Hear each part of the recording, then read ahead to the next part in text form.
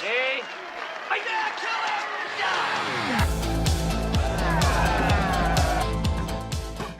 Vous avez tous entendu la question de quel est le meilleur hébergement web, mais généralement ça a conduit à une dispute sur Facebook ou Reddit. Alors aujourd'hui, je vais vous montrer certains des meilleurs hébergements web basés sur notre test de résultats de vitesse d'hébergement web d'1 an. Nous avons acheté des plans d'hébergement WordPress de différents hébergeurs et surveillé leur progression. Nous avons enregistré la vitesse des pages et le temps de disponibilité pendant une année entière pour ce test. Nous utilisons Pingdom. Pingdom, en fait, c'est un service web qui enregistrera le temps de disponibilité et la vitesse d'un site web 24 heures sur 24. Et pour rendre ce test équitable, nous utilisons la même version de PHP et la même taille de site de démarrage sur tous les domaines pour nous assurer que c'est un test juste et précis. Nous utilisons l'un des kits de modèles élémentaires avec des contenus, des couleurs, un constructeur de page et plusieurs plugins pour utiliser le serveur d'hébergement web pour vraiment voir ce qu'il peut faire sur un site web en direct. Je vais évaluer ces hébergeurs comme à l'école, A étant le meilleur et F étant le pire.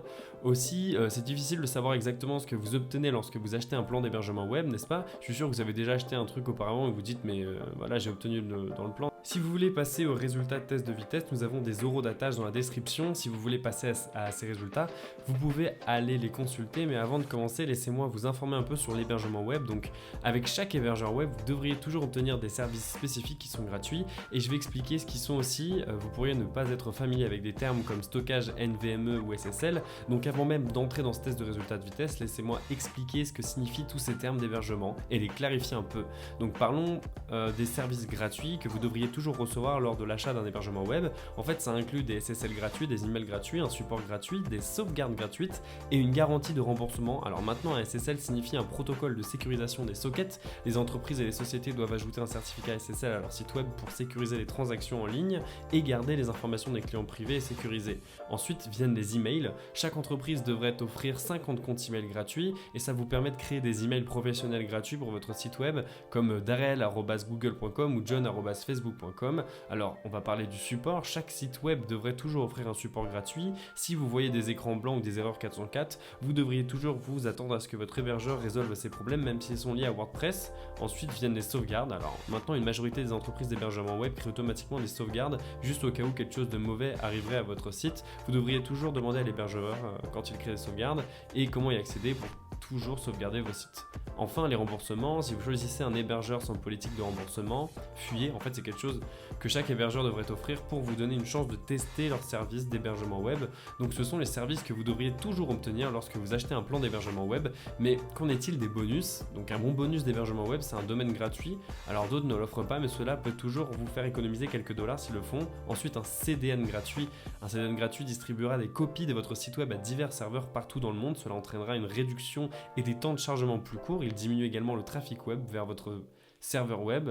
Et ça améliore l'expérience utilisateur en chargeant votre site web plus rapidement. Alors maintenant, un cadeau rare que je veux mentionner, c'est le nettoyage de malware. Très peu de sites d'entreprises d'hébergement offrent ça, mais c'est un des meilleurs services gratuits, donc en vous inscrivant pour un hébergement. Les malwares, c'est développé par des cybercriminels, souvent des hackers qui peuvent voler vos données et endommager votre site ou même parfois le détruire. La suppression de malware éliminera ces fichiers et restaurera votre site web à une santé parfaite. Lors de l'achat d'un hébergement web, il est toujours important de rechercher ces services supplémentaires car ça pourrait être l'avantage pour vous de convaincre et de choisir ces entreprises. Alors j'ai mentionné que vous ne pourriez pas être familier avec des termes spécifiques comme le stockage, etc. Alors laissez-moi clarifier ce que ça signifie. Le stockage de base se réfère principalement au HDD ou disque dur. Les disques HDD sont plus lents à charger les informations car ils ont de nombreuses pièces mobiles. Ils sont bons si vous voulez stocker beaucoup de données, mais gardez à l'esprit qu'il existe des disques durs plus rapides, donc les SSD. En fait, il se réfère à un disque à état solide. Les SSD sont généralement plus rapides que les HD car ce type de stockage ne contient pas de pièces mobiles. Il charge aussi les informations plus rapidement qu'un ACD. Et le stockage NVMe ou mémoire non volatile express, c'est le type de stockage le plus rapide. Au lieu de charger le disque mémoire dans une fente spécifique, le NVMe charge directement depuis la carte mère. Cela entraîne en fait un taux de transfert de données plus élevé que les SSD ou HD. Alors maintenant, nous avons des codes de réduction et des liens vers tous ces hébergements web dont nous parlerons dans la description sous cette vidéo. Si vous utilisez notre lien, cela nous aide. En fait, on reçoit une petite commission et cela nous aide car ces tests nous coûtent des milliers de dollars chaque année pour vous apporter une grande valeur. Alors laissez-moi vous présenter les entreprises d'hébergement web que nous surveillons cette année.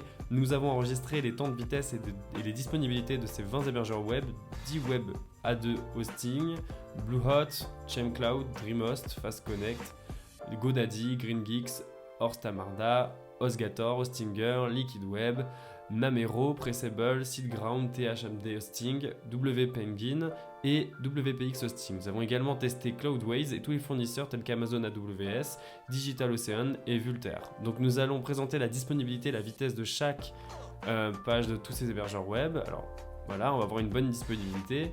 Donc selon une étude de Dunebrad, tout ce qui dépasse 99,95% de disponibilité, c'est un hébergeur web acceptable et répond à la norme de l'industrie de l'hébergement web. Google recommande un chargement en 2 secondes, et c'est des normes solides de l'hébergement web. Alors maintenant pour ces tests, nous avons acheté le plan d'hébergement recommandé que l'entreprise recommande, donc c'est les spécifications du serveur qui seront pas à 100% les mêmes, mais cela vous donnera une idée générale des hébergeurs web. Donc je vous donnerai aussi ma recommandation personnelle d'hébergement web au niveau des entreprises à choisir à la fin de la vidéo. Vous êtes prêts? Allons jeter un petit coup d'œil à ces résultats d'hébergement web. Donc d'abord on a Kinsta. Kinsta, c'est une disponibilité annuelle de 99,99% avec seulement 24 minutes d'indisponibilité. Le temps de chargement moyen était d'environ 1,26 secondes, légèrement au-dessus de la barre d'une seconde, mais c'est encore très impressionnant. Il convient de noter que leurs forfaits peuvent être du côté plus cher qui commence à $30 par mois. C'est un inconvénient pour ceux qui ont un budget serré ou pour ceux qui débutent. Donc on a commencé avec le plan de démarrage. Je donnerai à Kinsta une note A pour sa performance exceptionnelle. Ensuite, on a D-Web. D-Web, en fait, a une disponibilité annuelle de 99,98% avec 60 minutes d'indisponibilité. Il avait un temps de chargement moyen de 921 ms, ce qui est en dessous d'une seconde. Cependant, D-Web il est plus orienté vers les clients haut de gamme et pas vraiment adapté aux débutants avec leur forfait, puisqu'il commence à seulement $10 pour un seul site web. Nous avons utilisé leur plan d'affaires AI. Je donnerai à D-Web un solide A-. Les statistiques de service sont bonnes juste par le prix. Ensuite, A2 Hosting. A2 Hosting a montré une disponibilité annuelle de 99,98% avec une indisponibilité de 2 heures. Leur temps de chargement moyen était de 2,98 secondes. Bien que A2 Hosting soit connu pour sa scalabilité, le temps de chargement plus long pourrait être un problème pour les sites lourds ou ceux nécessitant un chargement instantané. Nous avons utilisé leur plan d'hébergement turbo compte tenu de ces facteurs. A2 Hosting obtient un B.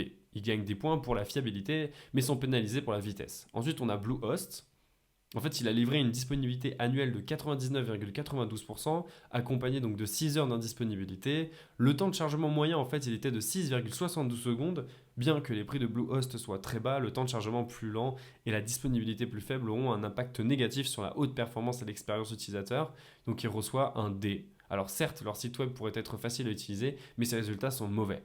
Ensuite, DreamHost. Alors, DreamHost, il a une disponibilité annuelle de 99,91% avec un total de 7 heures d'indispo. Le temps de chargement moyen était de 3,94 secondes malgré son temps de chargement plus bas. En fait, DreamHost il est également connu pour de longs délais de traitement de données, de demandes, de support. Nous avons utilisé leur plan de démarrage partagé pour ce test et je donnerai à DreamHost une note de C. Donc le service, C- parce que le service est mauvais. Je vois pas de raison d'utiliser. Donc on a Fastcomet.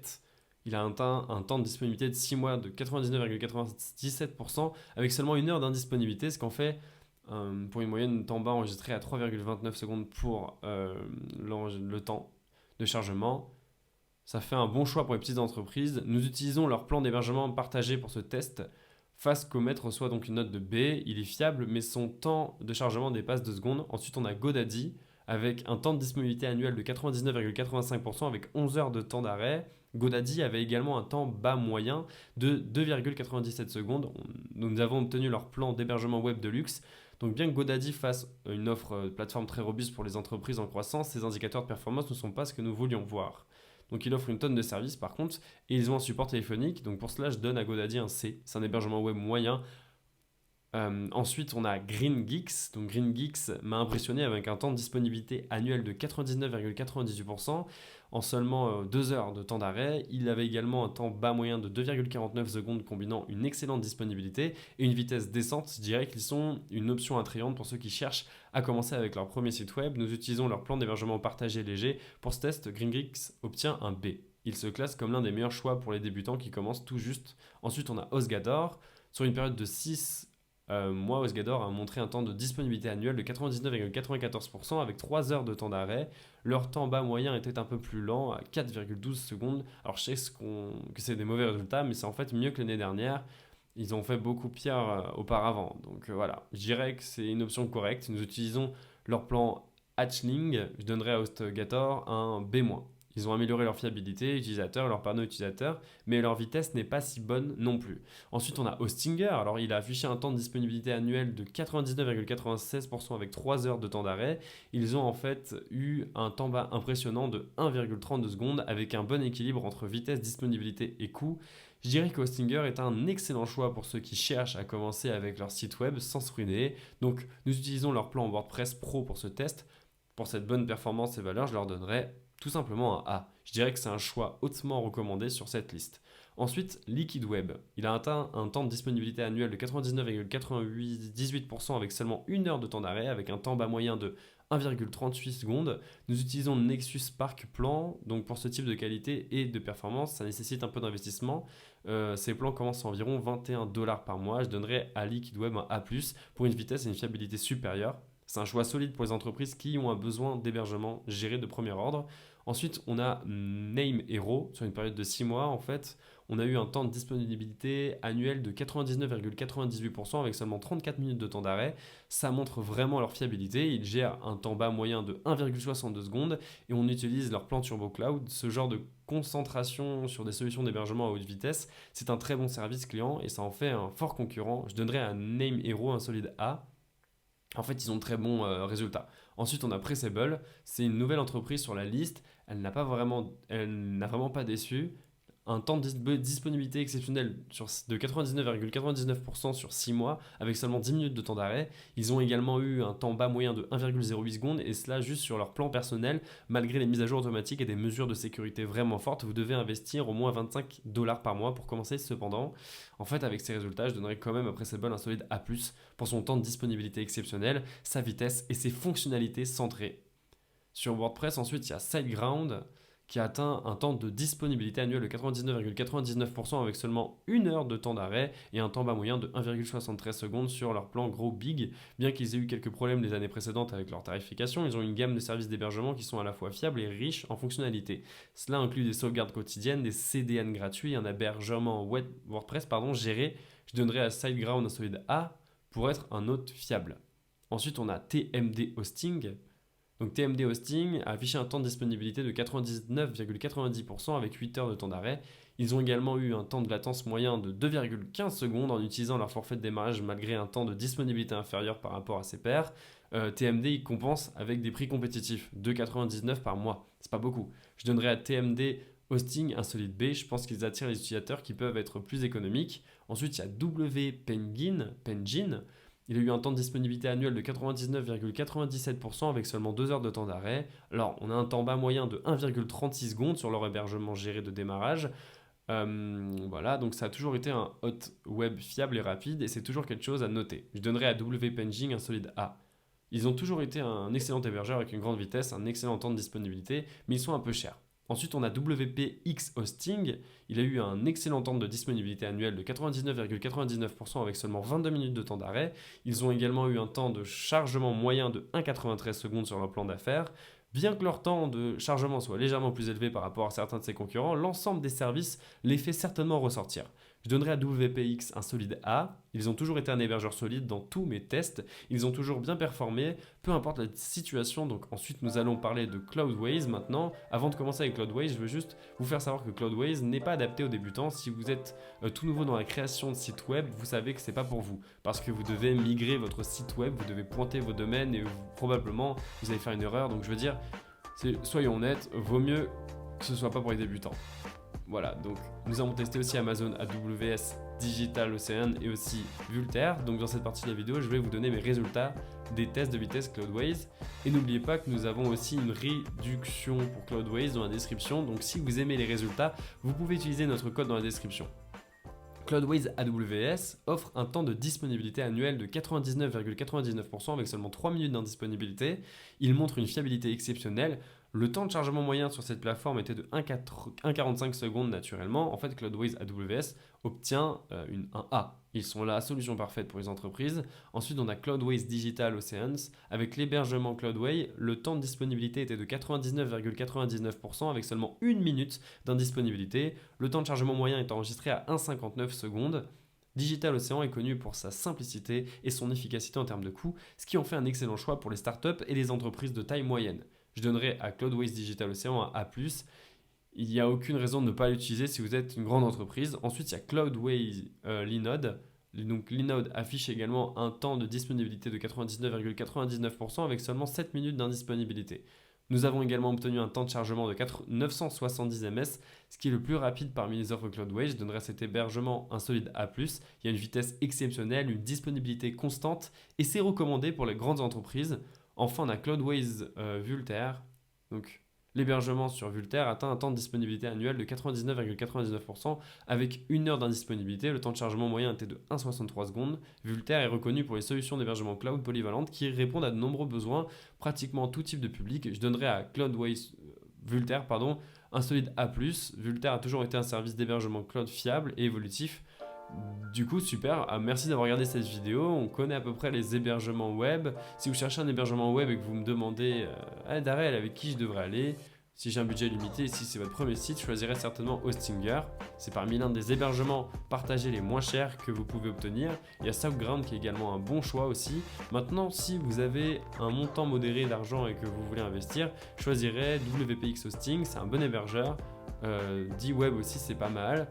Et enfin, nous avons évidemment Cloudways avec le plan Cloud Vultr et c'est vraiment très rapide. C'est une évidence, donc n'importe lequel de ceux-là sont bons, ok?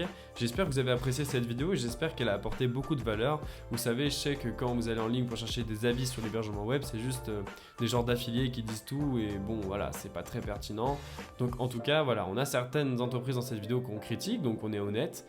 Et il n'y a pas de doute à avoir là-dessus, ok? Donc j'espère que vous avez apprécié cette vidéo. Assurez-vous d'aimer la vidéo. Et puis dans les commentaires, n'hésitez pas. Je suis Darrell Wilson, on se voit dans la prochaine vidéo.